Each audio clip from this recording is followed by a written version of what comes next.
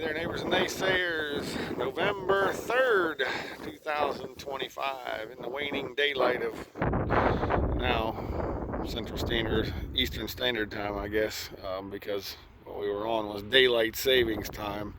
I'm sure most everybody that listens to this thinks the same thing I do. I wish we'd stay on the other time. I hate this time, but it is what it is. Just wanted to come up and show, set out bales a day for bale grazing. We got a freeze coming Monday, and it's about time to take the cows off of the sacrifice lot we've been feeding on because of the drought. The intent was not to feed here first, and actually we're going to put some more bales out tomorrow, so it won't be necessarily this field first. This is the field we were in first last year, and we didn't want to do it again the same way in the same order. We want to get to the fields we didn't get to last year, or the fields that we got to late last year. But this is the last field we grazed before everything got dry, and you can see the stockpile grass isn't that great. It's little and wispy, and I apologize for the wind, but just isn't going to have the staying power to get through the winter. And so you kind of battle, or at least I do. I battled with myself about what I was going to do, and this morning when I left the house, I was going to fence over there, field number 1, because that's the field that has had the most regrowth since the drought.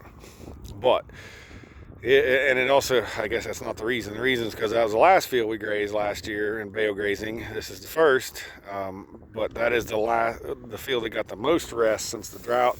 The stockpile there is immensely better than the stockpile here. It'll have a whole lot more staying power through the winter. There'll still be something to graze come spring over there. So the decision was do it the same way we did it last year, although it'll be a little bit of a difference. And you hate to do that 2 years in a row, but it just is what it is. The piece we need to get to over there on field number 1 is about 1,000 feet from water, so we got to graze through the whole field to get there. That's part of the problem, and then the stockpile thing is the other issue.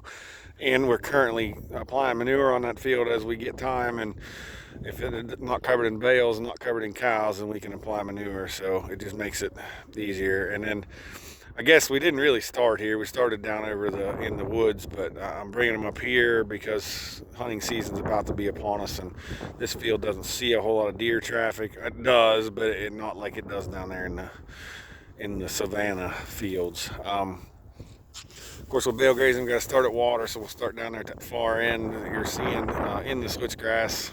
That is where the frost-free water trough is, and then bales up. I'm sure I've went over this a million times how we do it, but I'm shooting for about 80 by 80 spacing. I pace off 32 feet, set a bale, pace off 32 feet, set a bale. If it's a half, lay against the fence, then just go 16 steps, set a bale. And then we kind of line them up once we get them straight and sorted, and you can see that they're not exactly straight. It's not exactly a perfect checkerboard, and that's because we have to miss bales that we set last year. It's because sometimes the tractor doesn't sit, sometimes it's not where the bale needs to be, sometimes the waterway. You just kind of do it, and then we turn all these. They're on the steep hillsides. We turn them to their sides so that if the cattle would happen to get out, they're harder to roll down the hill. They're still easy to roll down the hill, but they're harder to roll down the hill. But this is all brought about because I was hoping to get to November 15th or December 1st on the sacrifice area, because then I'd have more stockpile for the sheep. But it's not going to come this way. Where the cows are at, they're on a portable trough, and it has to be turned off when it's going to freeze. We haven't had anything cold enough yet, but come Monday it's supposed to be 28, and it may not get warm enough during the day to even thaw out. So that's kind of the end. We don't like to do that. Now we can take a new trough up there if the one froze and run it during the day, but it just becomes a point when you're just throwing effort after foolishness, and it's time to just start doing what you need to be doing. So 42 bales out today. Hopefully 40 or so more out tomorrow. That'll get us a long way through the winter.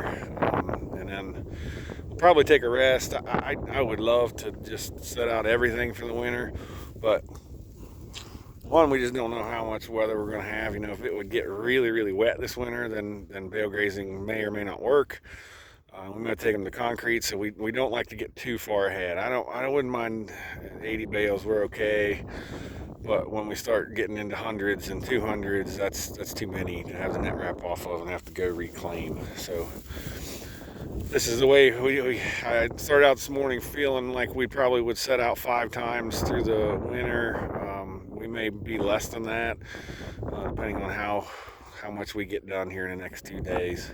So it's bittersweet. I enjoy Ohio because I enjoy the changing seasons. I enjoy the fact that we got to do something different. You know, there's never the same. Actually, one of the biggest things is I haven't moved cows or sheep in the last 2 months. Now I got to go back to moving cows with less daylight to do it, and moving sheep with less daylight to do it. But that's the way it goes. I guess one other looking at livestock here, but